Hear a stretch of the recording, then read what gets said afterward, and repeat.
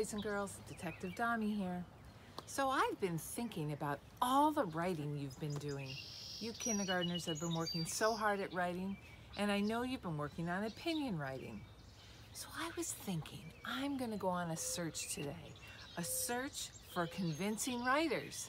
You know when you read something that makes you feel like you want to do something about it or change something in the way that you're behaving or the things that you're doing?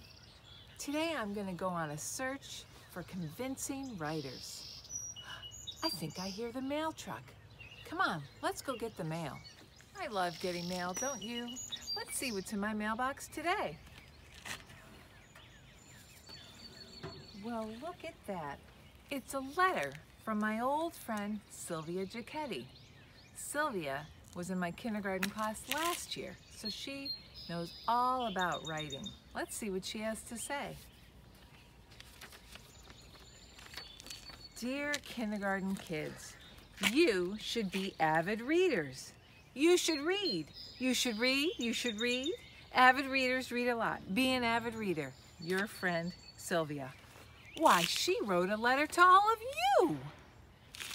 Geez, does she sound like a convincing writer? So boys and girls, let's take a look at Sylvia's letter.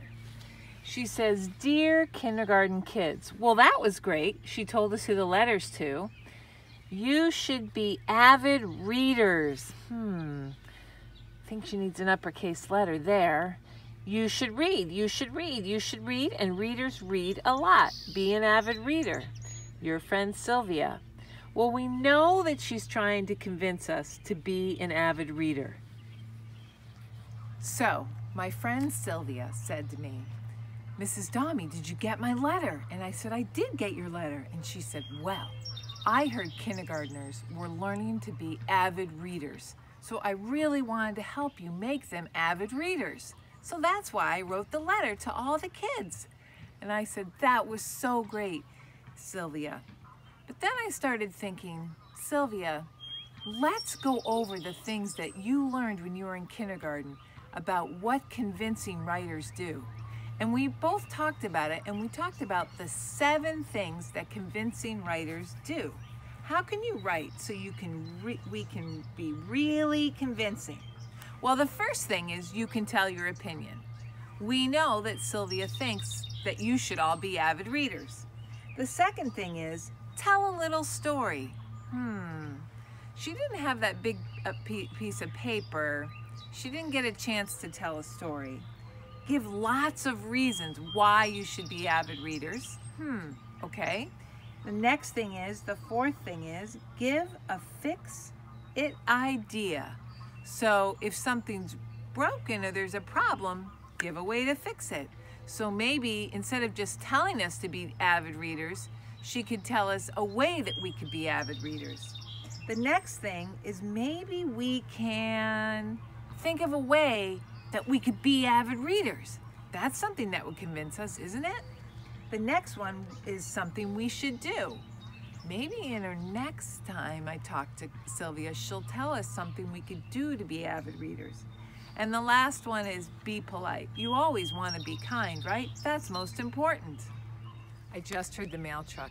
Sylvia told me she was going to write you all another letter to try to be more convincing to make you avid readers. Let's see if it's there.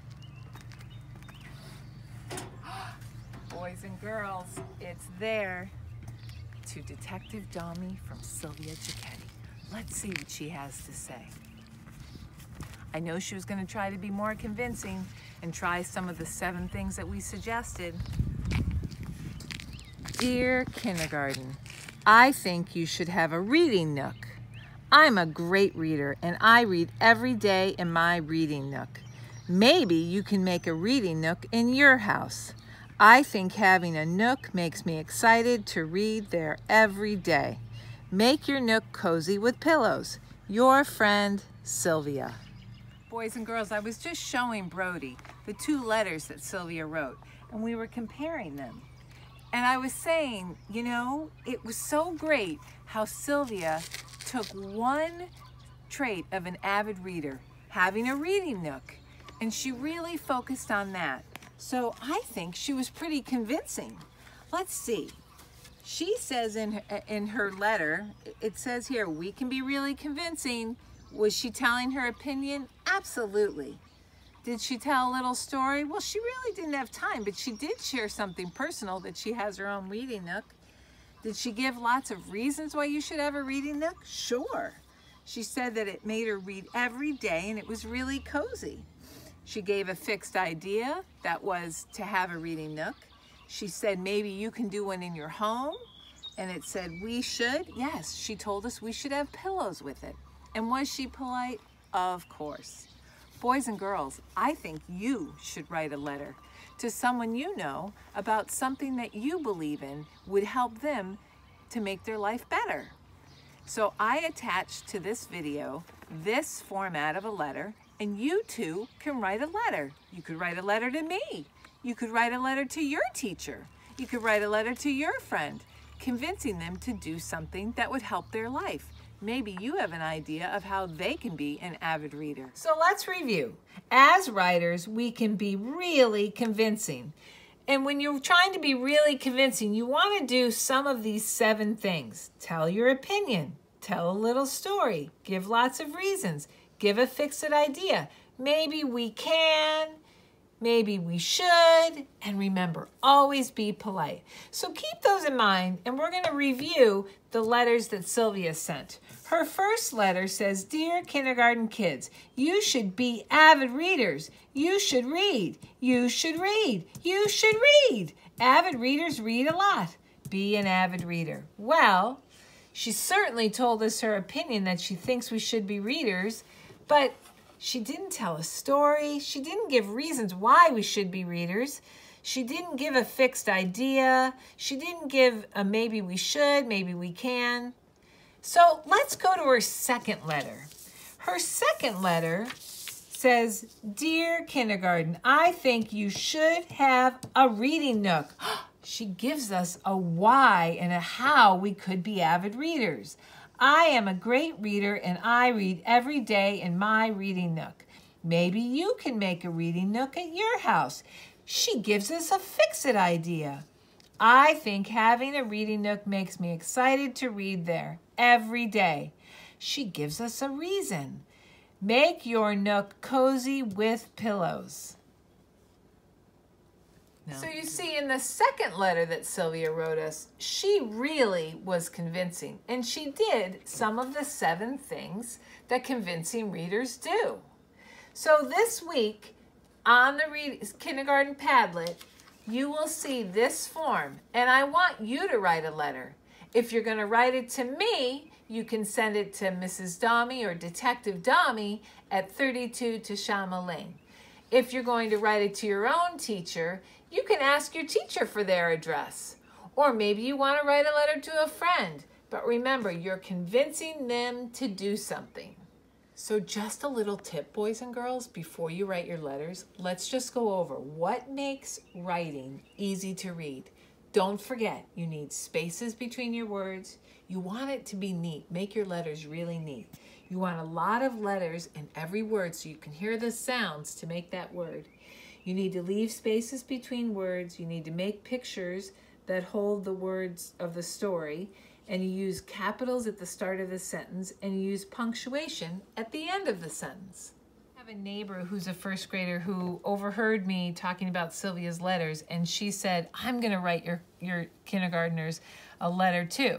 So she wrote, Dear class, meaning to all the kindergarten kids, I think you should read a book every day. The word tink is missing a digraph. Do you know what it is? Because it's really think, isn't it? What digraph makes the th sound? TH, you're right. Boy, you guys are smart. So we're going to change her letter. I'm lucky she wrote it on a whiteboard so I can change it easily. But that's why a lot of times at school we only write with pencil, right? I think you should read a book every day. And she even puts a period. Good for her. You can do it in many ways. Oh, wow. What's wrong with that you? I'm going to erase that Y in the word you. Why? Yep, you're right, because it has to be an uppercase letter at the beginning of every sentence. You can do it in many ways, period. She got the period, good. You can listen. What's wrong with the word listen? You're right, it's an uppercase L. We want that to be a lowercase L because it's in the middle of a sentence. Doesn't need to be uppercase, and it's not a proper noun. So she put, you can listen to a book. Someone can read to, oh, I have such a hard time reading that. Do you know why? There's no finger spacing. Let's erase that first two, and we'll put it over here. I wonder if you even realized it was the word to, because it was hard to see with the no finger spacing. Okay, so someone can read to you, period. You can create a reading nook and fill it with, the word with, it shouldn't be uppercase. Let's make it lowercase because it's in the middle of a sentence, isn't it? You can create a reading nook and fill it with books you love. From Trixie. Does that look okay? I think we figured out how to clean up her letter. Now she has all the correct spelling, punctuation, and capital letters where she needs them.